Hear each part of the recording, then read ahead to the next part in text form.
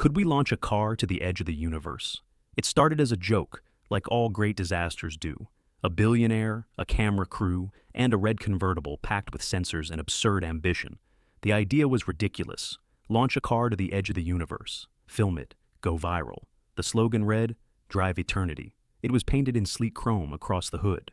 The car was no ordinary vehicle, of course.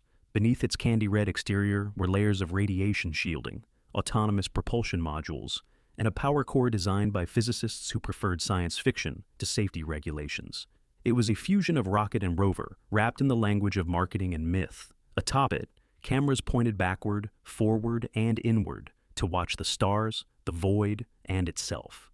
A cosmic mirror, someone called it. Others called it madness.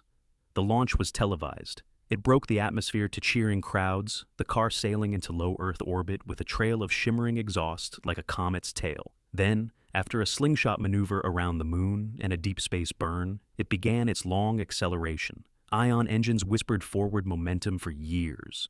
Beyond Mars, beyond Jupiter, past Pluto, the car sailed, unstoppable and entirely alone. At first, the data it sent back was beautiful. The Milky Way as a silvery ribbon behind Saturn, interstellar dust scattering starlight into 1,000 quiet colors. Then came silence.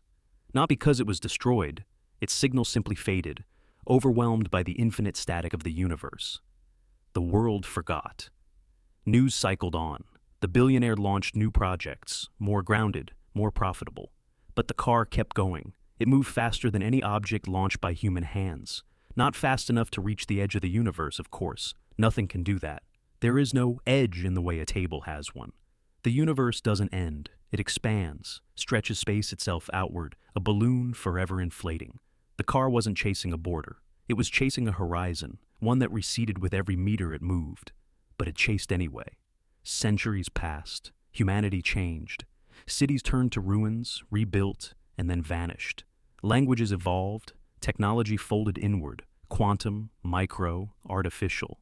Entire generations were born and died without ever knowing a car had once left their homeworld on a path of impossible optimism. Earth was eventually abandoned, its skies darkened by the ash of progress and neglect. But the car kept going. It passed stars that had no name, skirted the gravitational tides of collapsed suns, drifted through nebulae where gas and starlight danced like ancient spirits. Once, a rogue planet almost collided with it, missing by mere kilometers after millennia of isolation. Had it struck, the impact would have been forgotten, a cosmic accident in an indifferent void. But it didn't.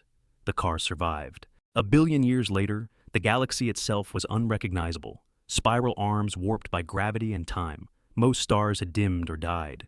Still the car flew, timeless in its patience, a human artifact in a post-human cosmos. And then, something noticed. Not a god, not aliens as we imagine them. No grays or tentacles or sleek ships. It was a presence, born of probability and entropy. A sentient intelligence, ancient as the void, that had emerged from collapsing data clouds and gravitational echoes in the aftermath of civilizations. It had no body, no home. It was the silence between galaxies, the pause after the last spoken word. The car's path brushed a sector of space where this intelligence lingered. And for the first time in eons, it was intrigued. The presence examined the object, simple, elegant, no weaponry, no code-seeking conquest or colonization.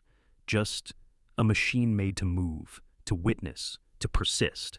The intelligence, for all its vastness, found itself humbled. In the car's trajectory was a question, one the presence could not answer. Why? Why send this thing, fragile, slow, absurd, into the cosmos?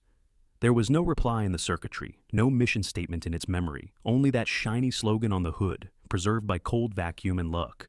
Drive Eternity. The presence watched the car drift on. It could have stopped it, taken it apart atom by atom. Instead, it let it pass. It did more than that. It cleared the path ahead, ever so slightly. It bent probability, warped debris out of the way. Not out of mercy, but respect. Because the car was not a threat. It was a message, a whisper from a vanished species that once dared to challenge distance with speed, silence with song. And so, the car kept going. It would never reach the edge, because there wasn't one. But that was never the point. The point was to try. And even in the farthest corner of time, drifting between collapsed stars in a universe stretched thin and cold, that one small car was still trying.